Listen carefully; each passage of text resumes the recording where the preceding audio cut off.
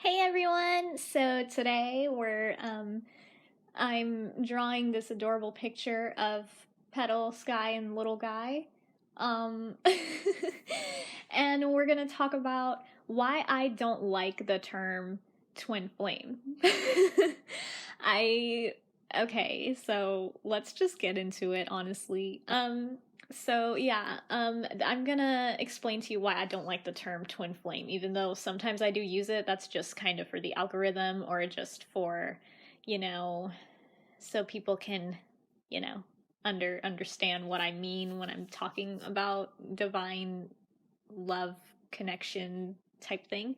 So, the reason I don't like twin flame is because for one, the term itself um was created by a cult leader. I don't know how many people know this, but um it's kind of twin flame itself comes from a cult. And I'm not a fan of cults. um if you are, good on you. No judgment, but I don't really like that, and I've never really been religious in general, to be honest. For the longest time I was never spiritual or religious or anything, so anything that is even slightly something that, like, so if you want to look more into that, definitely look it up, like twin flame cult or whatever. I don't know. It was created by cultists, basically. So it honestly, words are just words, labels are just labels. People call stuff because, like, people label stuff because they, like, for some reason, like, it's just to make sense, basically. But something like a quote unquote twin flame connection, um, it makes perfect sense, but also doesn't make sense at the same time. It's like half of it is trusting the process. Like, actually, most, if not all of it, is trusting, not so much concrete, um, you know, solidified evidence of sorts. And I guess what I'm getting at here is kind of like a weird kind of way of explaining it, at least the way I see it, is like, I prefer divine love because just that word itself, like that phrase itself, it feels nicer to me, at least. And some people like twin flame. I don't. I don't. And I don't agree with what people say about it, really. I don't agree that it has to be painful. I don't agree that you have to have, like, heart problems. I don't agree that, like, you have to deal with all this, like, triggering trauma and pain and, like, stuff like that. I don't agree. I just saw a bluebird just fly past.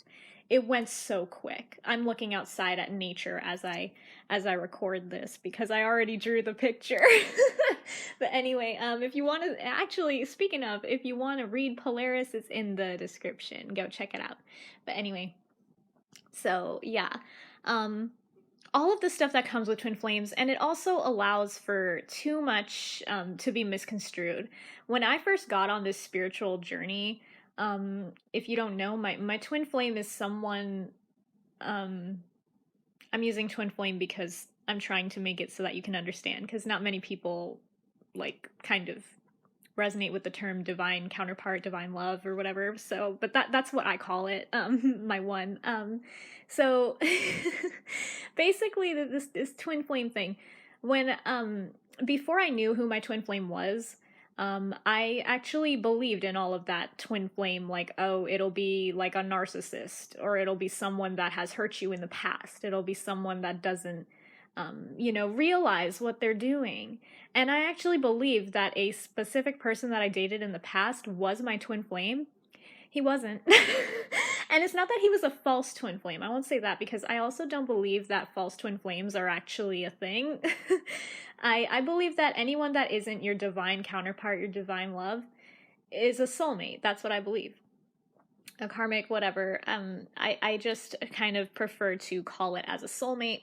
They teach you something. They're there to teach you lessons.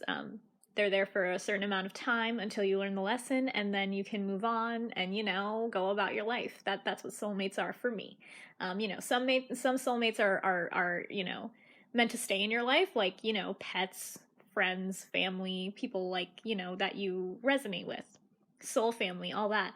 But you know, the twin flame is not supposed to, in my opinion, and again, this is all just my opinion. I've been in, like, you know, situations where, like, soulmates, that's what I call them, soulmates, which there's nothing wrong with soulmates, okay? Soulmates can be just as fulfilling and wholesome as a, you know, divine love type of thing. Twin flame, as people call it.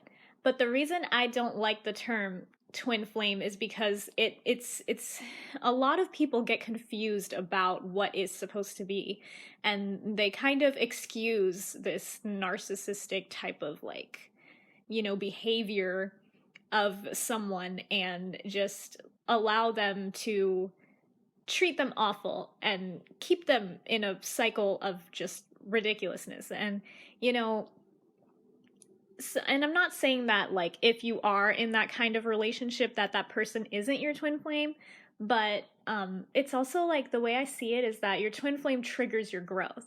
And if you're not growing, if you're not kind of, like, you know, improving in your life in some way, because, you know, life is a constant evolution. You're constantly growing, you're constantly improving. We're all like little, you know, mini trees that are constantly, you know, growing. I'm looking at trees right now. But anyway, so your twin flame pretty much, it triggers your growth. It triggers your basically the real divine love type of connection or whatever. It would trigger something in you to make you a better version of yourself. And, you know, yeah, sometimes I guess it could come from a serial narcissist, or, you know, someone that is just, you know, I mean, not the best person for you. But in my opinion, they're always a reflection of you. So it's kind of like, what are you allowing to people to do that is causing this person to act that way towards you and make you feel less than? You know, in any aspect. And also, like, the hot and cold behavior is just, I mean, I'm not that kind of person, and I know for a fact, because me and my divine love, we're very similar. He's not like this either. That whole, like, playing games, like, who has time for it? The hot and cold behavior, like, I would rather just focus on, you know, myself, my happiness, my work, my, you know, just me, than waste time doing this, like, hot and cold, you want me, you don't want me. It's just, it's not worth my time. So that's how I see it. And, like, in a lot of those situations in the quote unquote twin flame path, there's always hot and cold behavior. So for me, it's been a bit different in my path specifically, because we haven't met yet. Physically, we haven't met yet. But all of these signs, basically, I have another video that I'm going to do where I'm talk about the signs and stuff that I've experienced. But it's like half of the twin flame journey is trusting it, right? And the other half is, you know, releasing expectation, kind of releasing how. That's a whole other video. But anyway, what I'm trying to get at here is that the reason I don't like the term twin flame and everything that people kind of perpetuate in that area of spirituality, it's just like, there's a constant, like, blame game happening too, that I've noticed, where people are blaming each other, or, like, people are, my twin flame did this and that's not okay because this, and, like, it's like, take some accountability for yourself, because if you don't, you're just going to keep pointing fingers and blaming people, and that's not fun. You know, spirituality and all of this stuff, like, the main thing about it is that you're supposed to it's supposed to be fun. It's not supposed to be so serious. And people make it so serious. And I know that we're, like, humans and we tend to take life a little too seriously, but, you know, my twin flame, he's very, like, playful and just, you know, fun and, like, childlike, and I'm kind of like that too. We're literally mirrors. But you know, it's just like one of those things where it's just like, when I feel like I'm taking things too seriously, like, I just play with my cat. because like I need to chill, and I don't know. I just feel like with this whole twin flame thing, people take it way too seriously and they kind of overanalyze. And I was there too when I was like, when I thought this other dude was my twin flame, like I literally was like constantly like overanalyzing everything, and it was not healthy. And then when I realized who my real twin flame was, I was like, and then when I realized who my real twin flame was, I was like, well, dang, this is nothing like what I ever experienced. And since then, like, the thing about twin flames is that if it's a romantic one, because I know there are platonic twin flames, some people believe in that. If they're romantic, the love never leaves. This other person that I thought was my divine counterpart, was my twin flame, he, came back into my life, and I was not attracted to him at all. And it's kind of like, because I had been so, like, in love with him, quote unquote. I don't even think I really was, to be honest. I didn't really know what love was until I realized who my twin flame was. So it's kind of my real twin flame. So it's kind of like this dude that I thought, this dude that I thought was my twin flame came back into my life asking for a second chance. And that runner chaser thing that I thought was happening again, I didn't feel anything for him. And it's like, I feel nothing. Like, I literally feel nothing. Like, is it supposed to feel this way? And then I was like, because that twin flame, the word itself, it was a flame. There's passion. There's like a mutual magnetic attraction, always, usually. Sometimes it is platonic, in which case that wouldn't be there, but the love, there's like love that's always there, and I felt literally nothing. I felt literally nothing.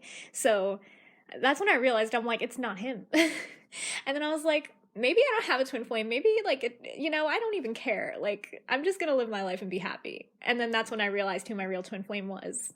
So yeah. But yeah, that's why I don't really like the term twin flame, because I feel like it kind of perpetuates an idea of a thing, of a connection, and some people use it to justify their abusers, and that's never okay. Emotional manipulation, like, like emotional, mental, physical abuse, narcissistic behavior, all of that kind of stuff. It's not anything that I ever want to justify. And I feel like your twin flame is supposed to trigger your growth. And for me, that other dude did not trigger my growth. That other dude kept me in a cycle of literal clownery. Like, that other dude was like not the person that I thought he was when I found all this twin flame stuff. And when I realized who my real twin flame was, I was like, oh. But yeah, I'm calling him that for the sake of this video, so you guys understand, but I prefer the term divine love, and in all my pick a cards, I use divine love, future spouse, that kind of phrasing. I only put twin flame sometimes because of the algorithm. That's what people search for. That's what people want to know about.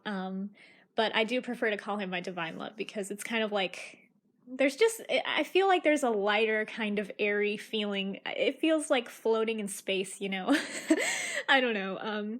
That's how I feel about it. But yeah, so that's why I don't like the term twin flame, because it allows for too much wiggle room to allow people, innocent people. I'm sure it's innocent that